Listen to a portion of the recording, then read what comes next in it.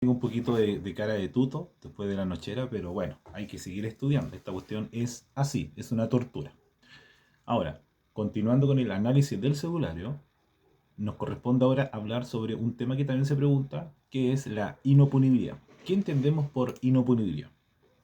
Lo primero es que la inoponibilidad es una sanción de ineficacia en sentido restringido o en sentido estricto.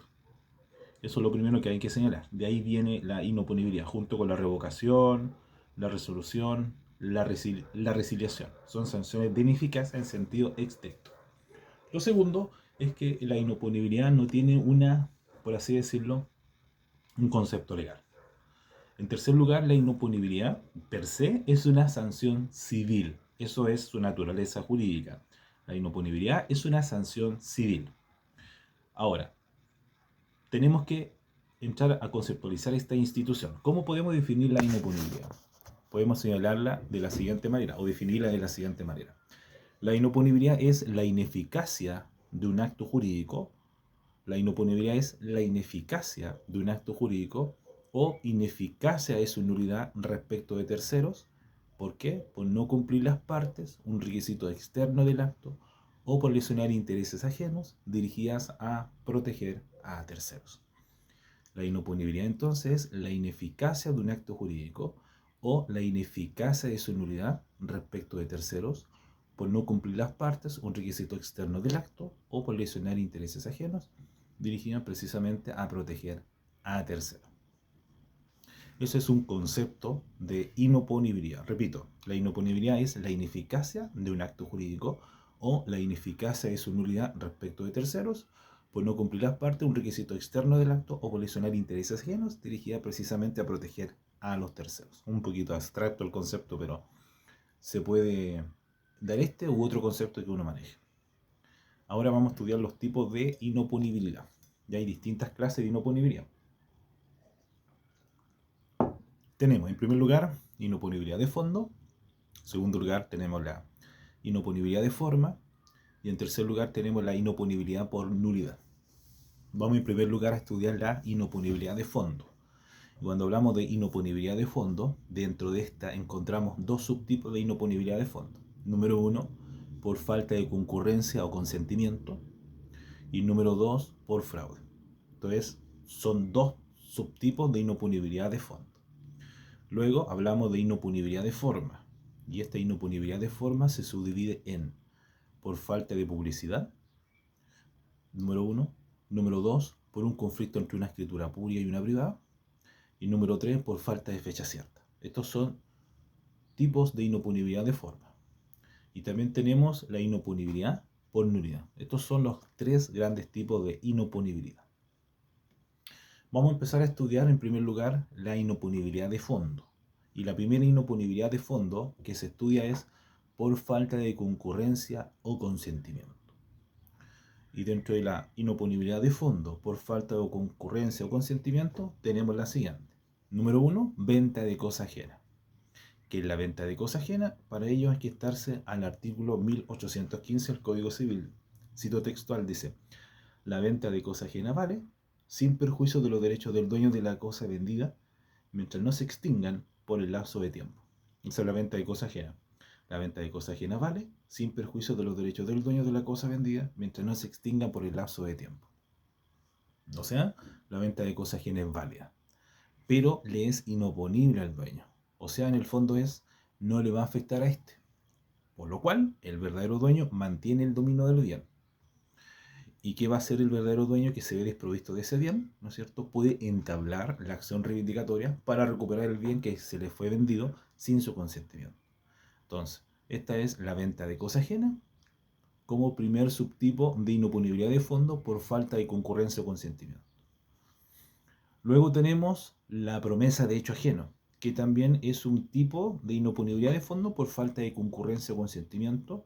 Tenemos la promesa de hecho ajeno, que está en el artículo 1450 del Código Civil, que también la vamos a proceder a leer. 1450. 1450. Dice: siempre que uno de los contratantes se compromete a que por una tercera persona, de que no es legítimo representante ha de darse, hacerse o no hacerse alguna cosa, esta tercera persona no contraerá obligación alguna, sino en virtud de su ratificación. Y si ella no ratifica, el otro contratante tendrá acción de perjuicios contra el que hizo la promesa. Entonces eso es la promesa de hecho ajeno. ¿Qué podemos señalar de la promesa de hecho ajeno? Lo que se contempla acá es que hay una persona, por ejemplo, yo me comprometo en un contrato a realizar algo, un hecho, ¿ya? Entonces, celebro yo ese contrato y un profesor de mi universidad. Vamos a colocar el nombre de una profesora, Nedielka Figueroa. Entonces, yo me comprometo a hacer algo, a celebrar un contrato con una profesora, Nedielka Figueroa. Entonces, yo me comprometo a traer a la Nedielka Figueroa, que es una destacada profesora de Derecho Procesal, ¿no es cierto? Pero yo me comprometo yo a traerla. Pero ella, Nedielka, no se obliga, ¿no entiendes? Ella no se obligó, sino que yo me obligo para con ella, pero ella no se obligó. Entonces, la Nedielka Figueroa, que es la profesora, no se obliga y tampoco está obligada a hacerle la clase de proceso. Por tanto, ese contrato para la Nedielka le es inoponible. En eso basa la promesa de hecho ajeno. Que yo me comprometo a hacer algo con un tercero, y yo digo, voy a traer a tal profesor a que haga tal clase. Pero ese tercero profesor no se comprometió. Para él el contrato es inoponible. No está obligado a hacer la clase. ¿Ya? En eso se basa la promesa de hecho ajeno como tipo de inoponibilidad de fondo por falta de concurrencia o consentimiento. Número 3. Tercer tipo de inoponibilidad de fondo por falta de concurrencia o consentimiento es la sociedad conyugal. La sociedad conyugal está en el artículo 1749 del Código Civil. Ahí está este tema. Y un artículo bastante largo. Dice, en contexto, estamos en el artículo 1749 como tipo de inoponibilidad de fondo por falta de concurrencia. Acá hablamos de la sociedad conyugal. Y el 1749 se refiere a la administración ordinaria de los bienes de la sociedad conyugal. ¿Qué dice el 1749? Dice, el marido es jefe de la sociedad conyugal y como tal administra los bienes sociales y lo de la mujer. Eso es lo primero. Luego dice, sujeto a las obligaciones y limitaciones que por el presente título se le imponen y las que haya contraído en virtud de las capitulaciones. Inciso segundo dice, como administrador de la sociedad conyugal, el marido ejercerá los derechos de la mujer que siendo socio de una sociedad civil o comercial se casare, sin perjuicio de lo dispuesto en el patrimonio reservado. El inciso tercero dice, el marido no podrá enajenar o gravar voluntariamente, ni prometer enajenar o gravar los bienes raíces sociales, ni los derechos hereditarios de la mujer sin autorización de esta. O sea, el marido no puede enajenar o grabar los bienes sociales de la mujer sin autorización de ella. El inciso cuarto dice, no podrán tampoco, sin la autorización, disponer por acto entre vivos, a título gratuito, de los bienes sociales, salvo el caso del 1735, ni tampoco dar en arriendo o ceder la tenencia de los bienes raíces sociales urbanos por más de 5 años, ni los rústicos por más de 8.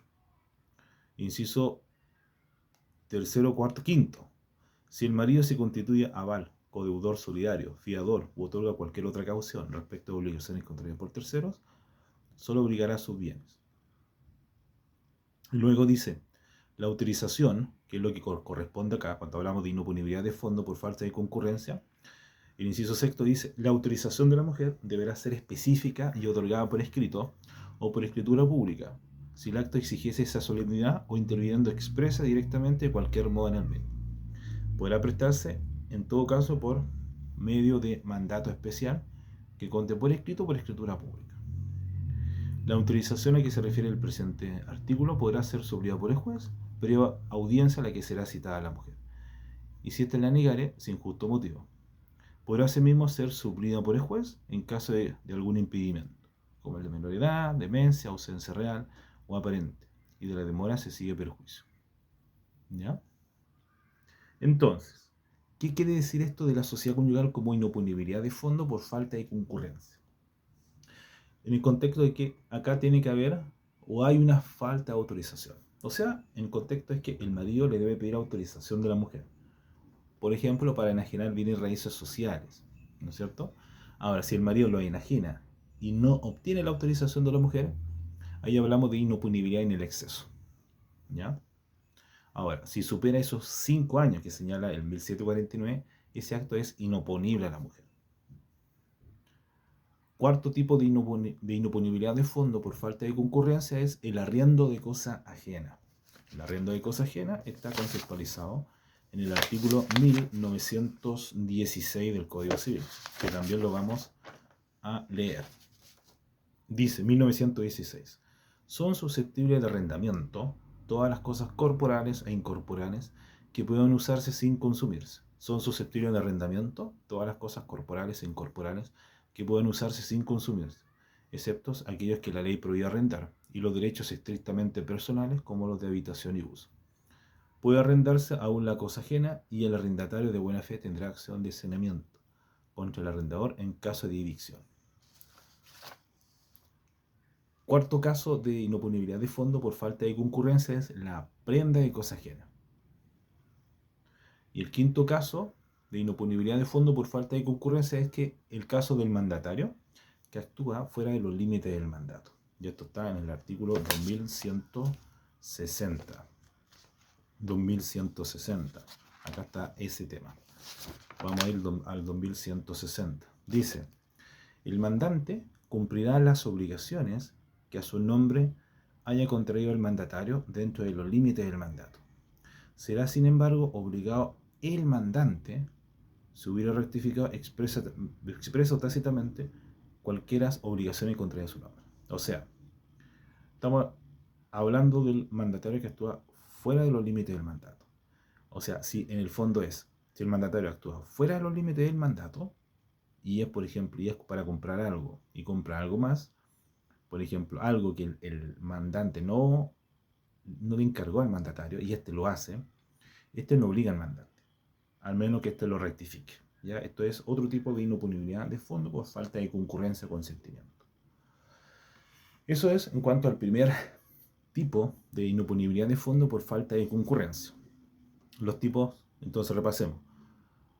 Inoponibilidad de fondo por falta de concurrencia tenemos la venta de cosa ajena, la promesa de hecho ajeno, el caso de la sociedad conyugal y el arriendo de cosa ajena y el caso del mandatario que actúa fuera de los límites del mandato.